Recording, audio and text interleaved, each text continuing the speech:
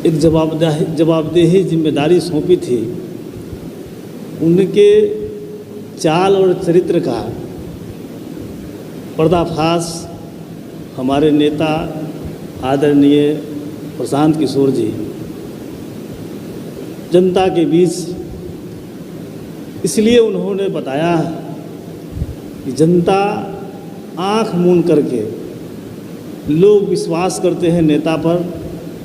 और हर बार जनता सारे लोग वहीं से सबका पेट्रोल वहीं से डलता था अभी और उस पेट्रोल जो डलता था उसका अगर 200 का बिल होता था 600 और राजापकर विधानसभा क्षेत्र से उम्मीदवारी के तौर पे मैं संभावित उम्मीदवार हूँ। और आज हम लोग इस प्रेस कॉन्फ्रेंस को करने का सबसे बड़ा उद्देश्य था कि जो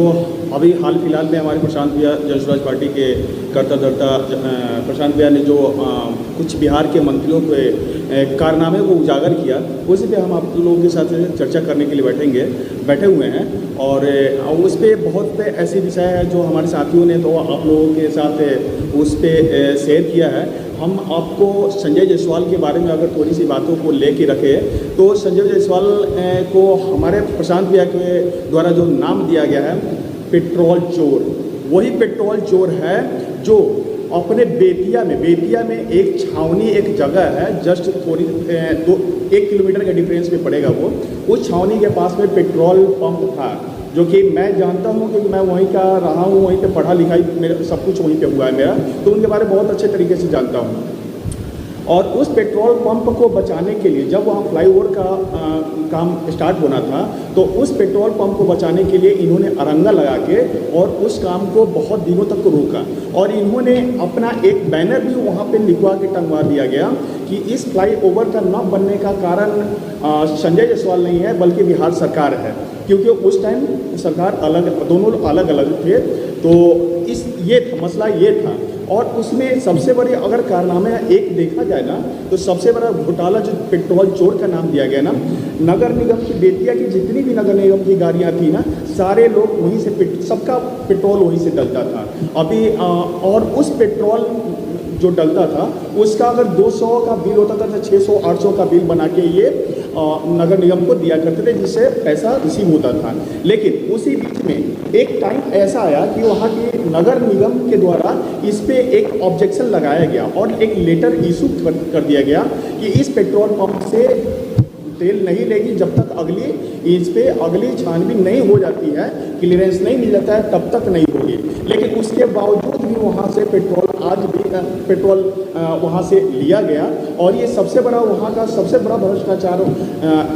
इसलिए भी होगा कि एक जनता ने उन पर विश्वास किया था और उस विश्वास को कैसे उन्होंने तार किया ना, ये सबसे बड़ी बात है। मैं अपने बिहार के भाई बहनों को यही कहूँगा ना कि आप तो वोट को एक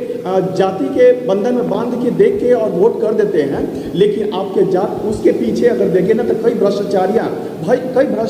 आपके बिहार में हुए हैं और हो रहे हैं, जिसका बहुत बड़ा पिटारा भी जन स्वराज के पास है। और एक समय आने के बाद धीरे धीरे उन सबको खोलकर इन लोगों का बेनकाब किया जाएगा। और अभी जैसे हमारी सरकार आएगी, इन लोगों के बच्चों से भी उसकी उगाही की जाएगी, रिकवरी की जाएगी। लेकिन मैं आज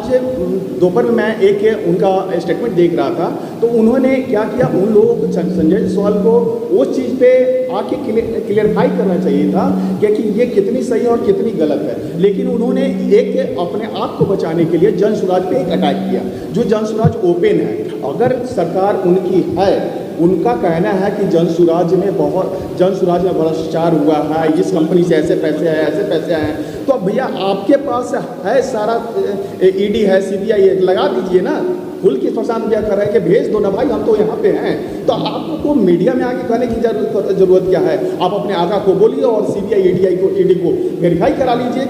कितना सच्चाई है, कितना झूठा है। हम लोग, हमारी जन स्वराज जो है ओपन होकर काम करती है, खुले मंच पे काम करती है। और आपको आपने अगर 10 मिनट दिया ना उस मीडिया भाई को, तो उस 10 मिनट में आपको अपनी सफाई भी देनी चाहिए, जिससे जनता जानना चाहती है कि इसमें कितनी सच्चाई और कितनी झूठ है। तो इन सब चीज़ को ये लोग क्या कर रहे हैं, ये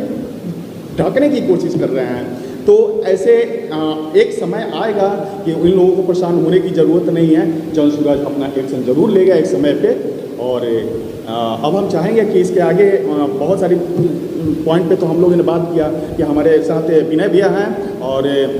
राजापाकर विधानसभा क्षेत्र से संभावित उम्मीदवार भी हैं, तो इस पे कुछ प्रकाश अपना डालें। आज प्रेस वार्ता ये राजापाकर विधानसभा के संभावित प्रत्याशी के द्वारा रखा गया है और हम सब लोग जो बिहार के जिनके ऊपर जनता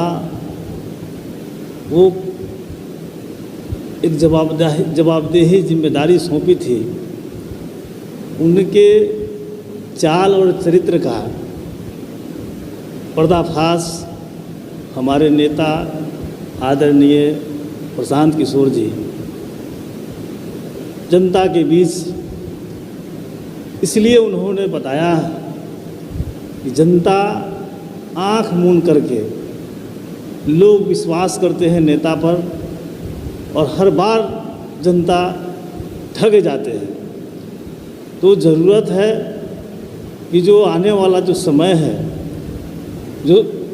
नवंबर में अक्टूबर में चुनाव होने वाला है, जब तक जनता को ये बात समझ में नहीं आएगा कि किस पार्टी में किस तरह का नेता है, उसका चरित्र क्या है, उस जनता का धन को किस तरह से अपने परिवार के लिए, अपने कुनबा के लिए उन्होंने इस्तेमाल किया है, तब तक शायद जनता को ये बात समझ में नहीं आएगा। जनसुराज बिहार में एक तीसरा विकल्प के रूप में उभरा है, तो जनसुराज का एक कर्तव्य बनता है कि बिहार को एक नया बिहार बनाने का। आपको बताते हुए हमको दुख हो रहा है कि हमारे यहाँ शिक्षा का भी एक बहुत बड़ा घोटाला है। जो आदमी इस बिहार का उप मुख्यमंत्री है, वो अपने चुनाव हलफनामा में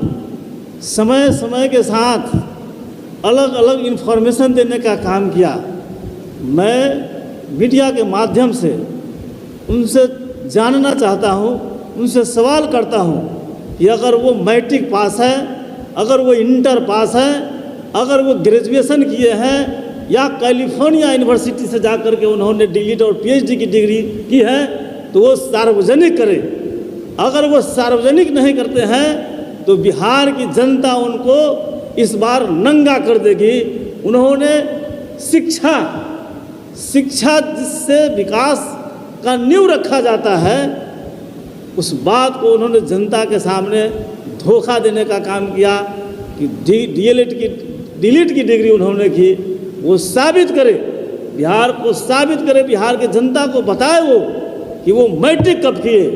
बिहार की जनता उनसे जानना चाहती है। कभी वो मुरेठा बांधते हैं, कभी वो लालू प्रसाद के खिलाफ में जाते हैं, कभी नीतीश कुमार के खिलाफ में जाते हैं और अपने आप को एक ईमानदार नेता मानते हैं। तो अब जनता उनसे सवाल करती है, भाई आप ईमानदार हैं तो आप अपने ईमानदारी